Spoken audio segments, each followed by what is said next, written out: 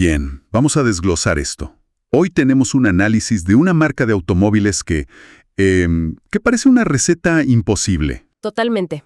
Tienes la pasión y el orgullo de Argentina, el arte y el diseño de Italia, y luego la fuerza bruta de los motores estadounidenses. Una mezcla increíble. Hablamos, claro, de Tommaso.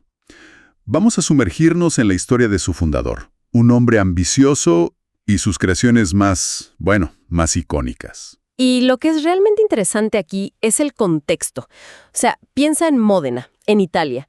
Es el epicentro del universo automotriz. Claro, la cuna de los superdeportivos. Exacto. Es el lugar de Ferrari, de Maserati, de Lamborghini.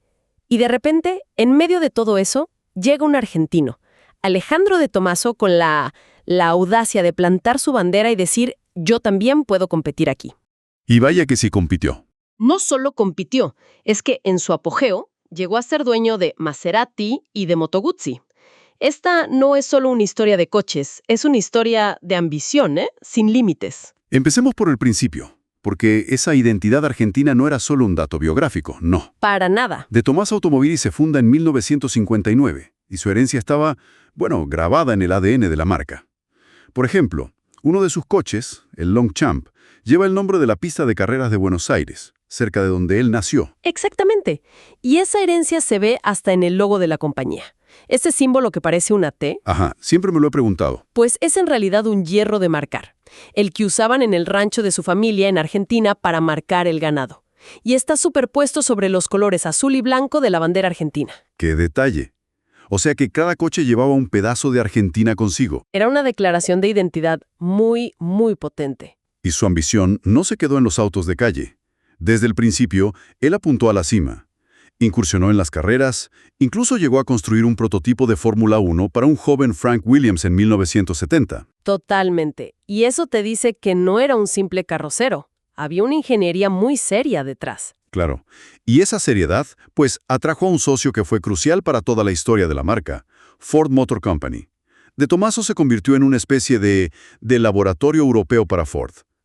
Esa es la conexión clave. Esta relación le dio acceso a recursos, a una red de distribución en Estados Unidos y, lo más importante, a sus motores V8.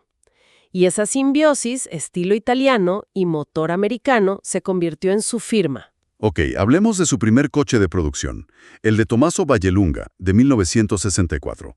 Cuando veo las cifras, me quedo, asombrado. Solo 59 unidades. 59. Sí. Eso es casi un prototipo. ¿Por qué tan pocos? ¿Fue marketing o una limitación real? Fue una mezcla de ambas, pero principalmente una limitación. Era una empresa nueva, pequeña, estaban aprendiendo a fabricar coches en serie. Pero estratégicamente fue una declaración de principios. ¿En qué sentido? Que el primer coche de carretera de la marca fuera un deportivo de motor central dice muchísimo de sus intenciones. Expliquemos eso un poco. ¿Por qué es tan importante que el motor esté en el centro? Bueno, poner el motor en el centro, justo detrás del conductor, no es un capricho. Es pura física de competición. Claro, el balance. Exacto.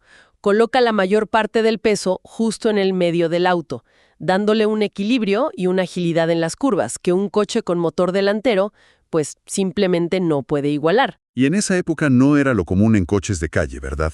Para nada. La mayoría de los deportivos todavía tenían el motor al frente.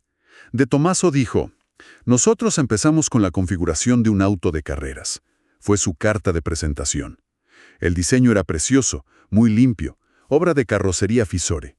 Pero era casi delicado, ¿no? Y el motor, un 4 cilindros de Ford, no era un monstruo. Así que el Vallelunga fue como una promesa. Precisamente.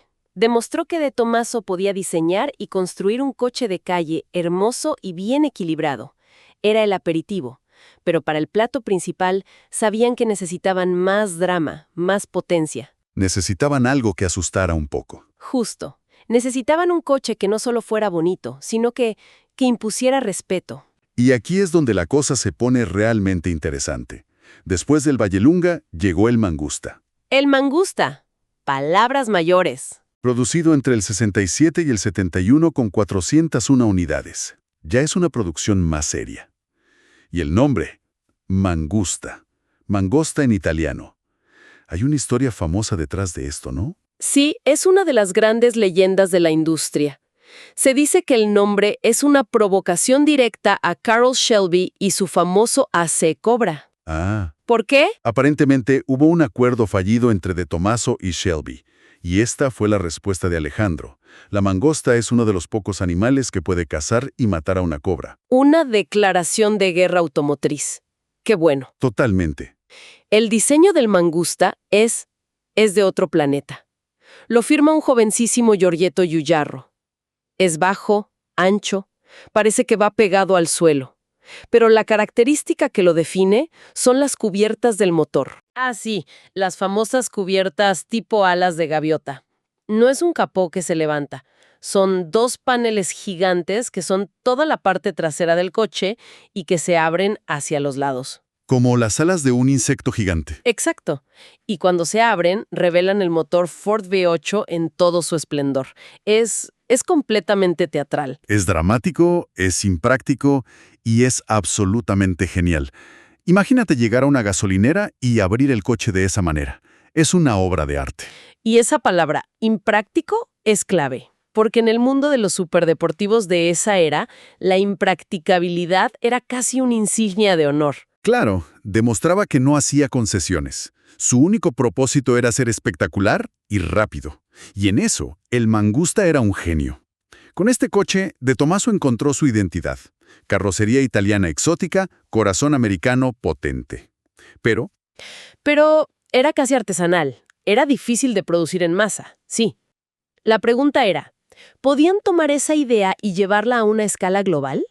Y ahí es donde entra el Pantera. El auto que no solo perfeccionó la fórmula, sino que la produjo por miles. más de 7.200 unidades, de 1971 a 1991. Una locura. Este fue el coche que puso a De Tomaso en el mapa mundial. Exacto. El Pantera fue el resultado de la colaboración total con Ford. Ford quería un superdeportivo exótico para vender en sus concesionarios de Estados Unidos y competir con el Corvette. Y con los deportivos europeos, claro. Y De Tomaso tenía la capacidad de diseñarlo y construirlo. El Pantera nació para ser un producto global.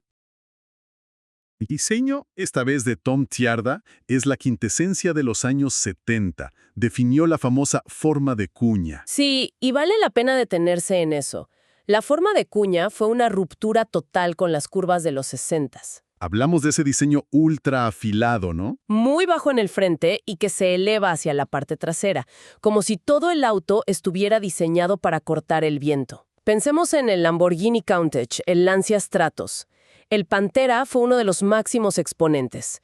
Era agresivo, afilado, futurista. Y debajo de esa carrocería italiana, el corazón era puro Detroit. Un motor Ford V8 Cleveland, de 351 pulgadas cúbicas. Y aquí está el verdadero genio de Tomaso, ¿no? La combinación. Absolutamente. Pensemos en lo que significaba esto para un comprador en 1972. Podías tener un coche que se veía tan exótico como un Ferrari. Exacto. Mientras que el dueño de un Miura prácticamente necesitaba tener a un mecánico en nómina, el propietario de un Pantera podía, en teoría, llevar su coche a un concesionario Lincoln Mercury. Tenía acceso a una red de servicio gigantesca, a piezas asequibles.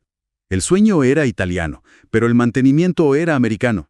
Eso fue revolucionario. Democratizó el acceso al superdeportivo exótico. Y el Pantera no fue un modelo estático. Vivió durante 20 años. ¿Y su apariencia cambió?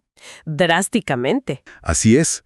Los primeros modelos del 71 eran muy puros, de líneas increíblemente limpias. Elegantes. Sí, con parachocas de cromo delgados, sin adornos. Pero luego llegaron los 80s, la era del exceso. Y el Pantera se adaptó. Totalmente. Empezaron a aparecer los alerones traseros gigantescos, los guardabarros ensanchados con remaches a la vista, las tomas de aire. Se convirtió en una bestia mucho más extravagante. Un reflejo perfecto de su tiempo. Pero un momento. Una marca que se está haciendo un nombre con superdeportivos de motor central, ¿de repente lanza un sedán de lujo de 4 puertas? El Daubio. El Daudil, presentado en 1970. Suena como una distracción, casi un error de identidad. ¿Por qué harían eso? Es una pregunta excelente, porque muchos en la época pensaron lo mismo. Pero hay que entender la mente de Alejandro de Tomaso. Él no se veía como un simple constructor de deportivos. No, para nada. Quería construir un imperio automotriz. El Duvil era su asalto directo a marcas como Jaguar, Mercedes-Benz, incluso Maserati, que luego compraría. Fue una demostración de ambición pura. Y la fórmula era la misma. Estilo italiano, motor americano. Usaba el mismo V8 del Pantera, lo que le daba un rendimiento impresionante para un sedán de la época con una velocidad máxima de 230 kilómetros por hora. Pero el diseño, Hay una clara inspiración en el Jaguar XJ, ¿verdad? sin duda. La silueta, las proporciones. Es evidente que estaban apuntando directamente al cliente de Jaguar. Un intento de diversificar la marca. Y de demostrar que su filosofía podía aplicarse a diferentes tipos de vehículos. Comercialmente no fue un gran éxito, solo 244 unidades. Pero como declaración de intenciones, fue muy potente. Entonces, si juntamos todas las piezas, tenemos una historia de coches icónicos y ambición desbordada. Pero la compañía original desapareció. Sin embargo, el legado de sus diseños parece más vivo que nunca. Y eso nos lleva a una pregunta fundamental. ¿Por qué estos diseños, creados hace 50 años, siguen resonando con tanta fuerza hoy? Como el proyecto Mangusta Legacy de Maxime de Kayser. Vi las imágenes y es increíble cómo captura la esencia del original. Es espectacular.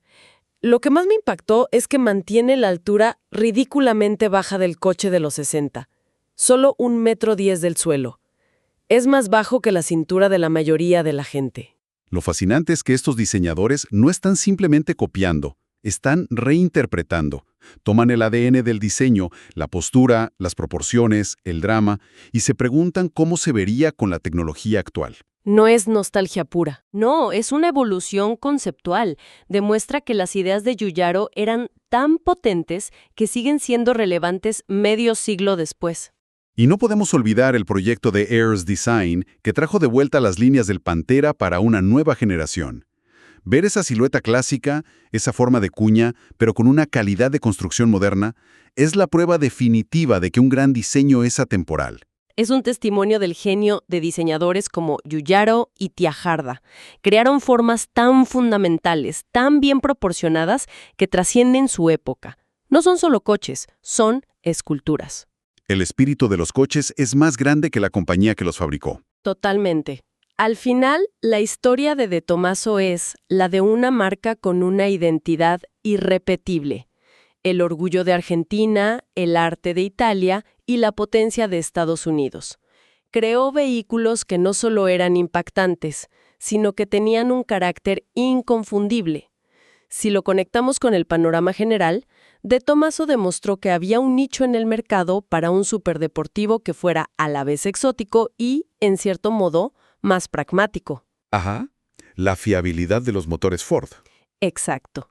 Eso hizo que estos sueños italianos fueran accesibles para un público que quizás no podía permitirse un Ferrari o que simplemente no quería lidiar con su temperamento.